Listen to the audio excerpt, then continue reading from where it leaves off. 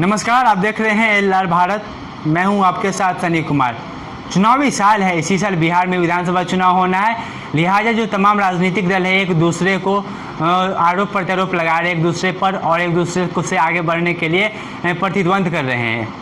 ऐसे में आज बिहार सरकार के मंत्री मंगल पांडे ने राजद पर बड़ा संगीन आरोप लगाया था और कहा था कि राजद के पास उचित उम्मीदवार नहीं है जो किसी भी चुनाव में लड़ सके। यानी कि जिस तरीके से राजद ने 3 टिकट दिए एमएलसी चुनाव को लेकर ऐसे में जो एक उम्मीदवार है उसमें रामबली सिंह चंद्रवंशी भी है, जिनके ऊपर एक संगीन आरोप लगा हुआ है, जिसको लेकर राजद के प्रवक्ता से हमने बातचीत की और क्या कुछ कहा है राजद के प्रवक्ता इन तमाम बातों को लेकर। आइए आप देखिए इस वीडियो में।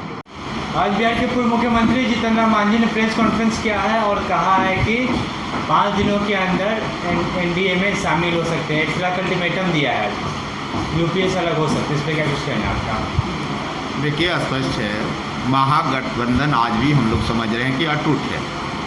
जहाँ तक माननीय नेता जीतन राम मांझी का सवाल है तो उस विषयों पर शीर्ष नेताओं में चर्चा चल रही है और निश्चित तौर पर जिस तरीके से जीतन राम मांझी जी महागठबंधन में रह करके अपनी कद को बढ़ाने का काम और या फिर नेतृत्व के रूप में मजबूती के साथ महागठबंधन को मजबूत करने की बात संकल्पित होकर के बोले थे।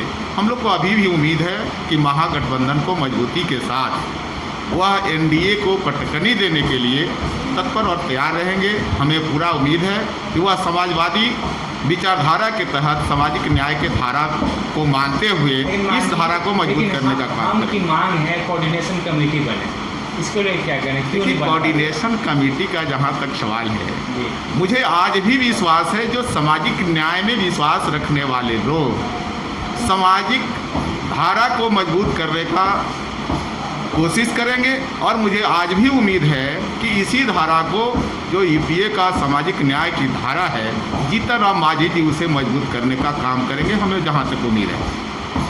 बिहार के स्वास्थ्य मंत्री मंगल पांडे ने आज एक बयान दिया है और कहा है कि राजद को किसी भी चुनाव में उचित उम्मीदवार नहीं मिलता। उस पर क्या कहेंगे? मंगल पांडे जी की पार्टी और मंगल पांडे जी के पार्टी की विचारधारा हमेशा गरीबों के खिलाफ रही है और आज भी जिस तरीके से गरीब का बेटा जब लोकतांत्रिक तरीके से सदन की तरफ जाने का प्रयास करता और राष्ट्रीय जनता दल हमेशा गरीबों के बेटा को सदन में भेजने का प्रयास करती है तो निश्चित तौर पर गरीब के बेटा के खिलाफ ये बीजेपी और मंगल पांडे जैसे नेताओं के दिल में घबराहट पैदा होती है। इसलिए गलत आरोप लगाना और ये सरकार है कब किस पर किस तरह का आरोप मर देगी ये सरकार, ये बड़ी कहना मुश्किल है।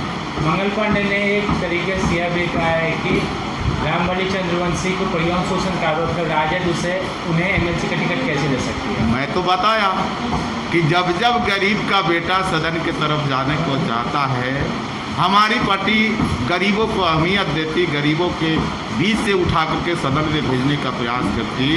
पिछड़ा, अति पिछड़ा, अल्पसंख्यक और दलित के बेटा जब जब सदन की तरफ जाते तो इन एनडीए के तमाम साजिशकर्ताओं के द्वारा किसी तरह का गलत केस मढ़ा जाता है ताकि वह सदन में नहीं जाए और गरीबों की बात को नहीं रख सकते, अपने अधिकार को वहाँ तक पहुँच करके नहीं ले सके। इसलिए मंगल पांडे का तो ये पेशा और इस पार्टी की अपनी सोच रही है, विचारधारा रही है गरीबों के खिलाफ, इसलिए किसी तरह की बात मंगल पांडे कर सकते हैं, इसे इनकार नहीं किया जा सकता।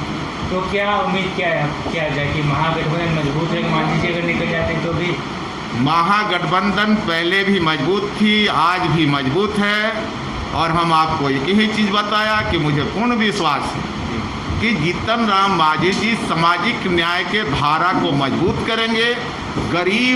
गरीबों के खिलाफ जो एनडीए की नीति रही है, आरक्षण को खत्म करने की नीति रही है, आरक्षण को समाप्त करने की नीति रही है, उस धारा को मुझे नहीं लगता है कि जीतन राम मांझी जी उसमें जाकर के आरक्षण विरोधी, दलित विरोधी, अति पिछड़ा विरोधी, अल्पसंख्यक विरोधी के धारा में जाकर के अपने चेहरा को दगदार करना चाहेंगे। मुझे नहीं लगता वह महागठबंधन में है, महागठबंधन में रहेंगे, यह मुझे पूर्ण विश्वास है।